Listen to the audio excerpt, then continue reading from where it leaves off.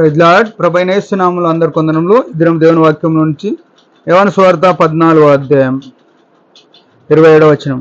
శాంతిని మీకు అనుగ్రహించి వెళ్ళుచున్నాను, నా శాంతిని మీకు అనుగ్రహించుచున్నాను. లోకం ఇచ్చినట్టుగా నేను మీకు అనుగ్రహించుటలేదు. మీ హృదయమును కలవరపడనీయకుడి, విరవనీయకుడి. ప్రియమైన వాళ్ళారా, ఉదయకాలం ప్రభును ఆరాధన చేయడానికి సమకూర్చబడే మనం గుర్తుంచుకోవాల్సిన విషయం ఏంటంటే, యేసుక్రీస్తు ప్రభు ఆయన సిలువలో ప్రాణం ఇచ్చుట ద్వారా, ఆయన రక్తం చిందించడం ద్వారా, ఆయన ఎవరైతే ఆయన దగ్గర పాపాలు ఒప్పుకుంటున్నారో వారిని ఎట్లా చేస్తున్నాడు అంటే శాంతిని అనుగ్రహిస్తున్నాడు. శాంతి అంటే ఏమైనా పుట్టినోట్లు పెట్టి సమాధానం అని పెట్టినాడు. ఈ శాంతి అనే మాట, సమాధానం అనే మాట, నెమ్మది అనే మాట, ఇవి చాలా చిన్నవి. ఈ చిన్న వచనాలు, చిన్న వర్డ్స్ 4-5 అక్షరాలతో ఉన్నాయి. కానీ కోట్లు పెట్టినా దీనికి ఎవరు పొందలేంది. ఇది ఏమైనా సమాధానం దొరుకుతుందా? కొనుక్కోనికి చూడండి. ఏమైనా శాంతి దొరుకుతుందా? కొనుక్కోనికి చూడండి. నీ దగ్గర ఎన్ని డబ్బులున్నా సరిపోతాయేమో, ట్రై చేయి.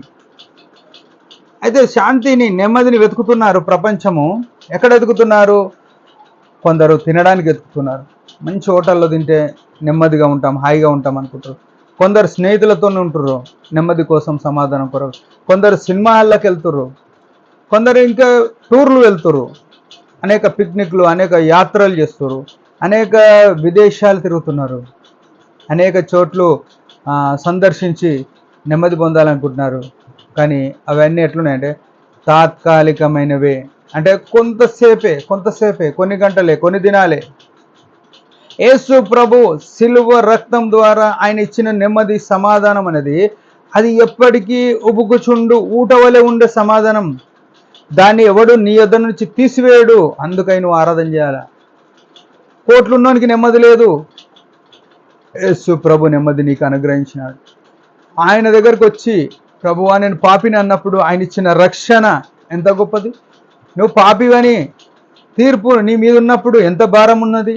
ఆ భారములన్నీ తీసేసి నెమ్మదినిచ్చిన దేవుడు యేసు ప్రభువా అని అడిగితే, యేసు క్రీస్తు నన్ను విడిపించంటే ఆయన నీ మీద నుంచి పాప భారములన్నీ తీసివేసి నిన్ను పూర్ణ శాంతి గలవానిగా చేసినాడు, నెమ్మది గలవానిగా చేసినాడు, సమాధానం గలవానిగా చేసినాడు. తిండికి లేకపోయినా, వస్త్రహీనతలో ఉన్న, అనారోగ్యంలో ఉన్న యేసు ప్రభుని కలిగి ఉన్నవారు నెమ్మదిలో ఉంటారు. అది గుర్తుపెట్టుకోవాలి. చాలామందికి ఈ రహస్యం తెలియదు. యేసు క్రీస్తు ప్రభులో ఉన్న గొప్ప నెమ్మది, సమాధానం, ఈ రహస్యము లోకానికి తెలియదు. లోకస్తులు అనుకుంటారు, వీళ్ళు చర్చికి పోయేటోళ్ళు, పేదోళ్ళు ఇన్ని గంటలు ఇక్కడ వేస్ట్ చేసుకుంటారు అనుకుంటారు. అక్కడనే నెమ్మది ఉంది. మందిరానికి వెళ్ళి 3 గంటలు కూర్చుంటే వీళ్ళు వేస్ట్ చేసుకుంటారు, తినమనుకుంటారు. యేసు ప్రభు నీ మందిరం నందు నివసించేవారు ధన్యులు అని ఉంది. అక్కడ సమాధానం ఉంది. ఆయన పాదాల చెంత సమాధానం ఉంది. ప్రియమైన వాళ్ళారా, ఈ సమాధానం ఇచ్చిన దేవుణ్ణి ఆరాధన చేయకుండా ఎట్లుంటావు? ఈ నీ కొరకు ఆయన మన సమాధానార్థమైన శిక్ష ఆయన మీద పడెను అని యెషయా గ్రంథం 53వ అధ్యాయంలో రాయబడ్డది. మనకు రావాల్సిన సమాధానమైన శిక్ష ఆయన మీద పడటం వలన ఆయన శిక్ష భరించినాడు, మనకు సమాధానం ఇచ్చినాడు, మనకు నెమ్మదినిచ్చినాడు, మనకు విడుదలనిచ్చినాడు, మనకు పరలోకం ఇచ్చినాడు. మనము ఎన్నడూ చనిపోయినా ఆ నెమ్మది గల స్థలంలోనికి వెళ్తాం.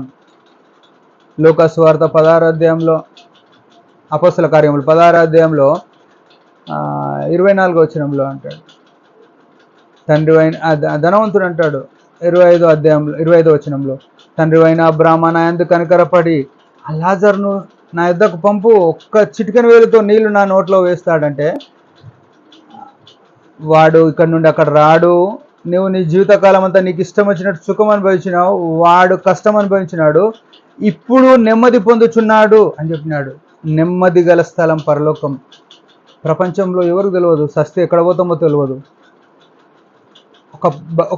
ఒక ప్రయాణం చేస్తాం, ఒక బైక్ తీసుకొని, ఒక కారు తీసుకొని, ఒక ట్రైన్, ఫ్లైట్, ఏదైనా షిప్, ఏదైనా ప్రయాణం తీసుకున్న వాళ్ళు దానికి గమ్యం ఏందో తెలుసు, కానీ విలువైన జీవితంకు గమ్యం తెలియని వాళ్ళు చాలామంది ఉన్నారు. ప్రియమైన వాళ్ళారా, నువ్వు ఏడికి పోతావో తెలియని వాళ్ళు చాలామంది ఉన్నారు. దాని గురించి ఎవరు పట్టించుకోవట్లే.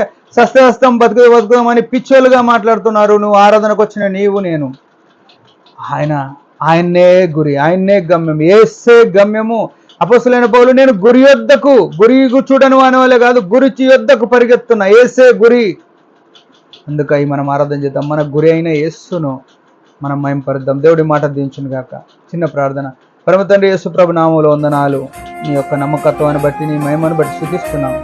మాకు గురిగా, మాకు నమ్మకత్వంగా ఉన్నదాన్ని బట్టి నీ శాంతిని మాకు ఇచ్చినందుకు స్తుతిస్తూ యేసు ప్రభు నామములో ఈ కొద్ది మాటలతో స్తుతించి ప్రార్థించి అడిగి వేడుకుంటున్నాం తండ్రి. ఆమేన్. మీరందరి పరిచర్య గురించి భారంగా ప్రార్థన చేయండి. Praise the lord.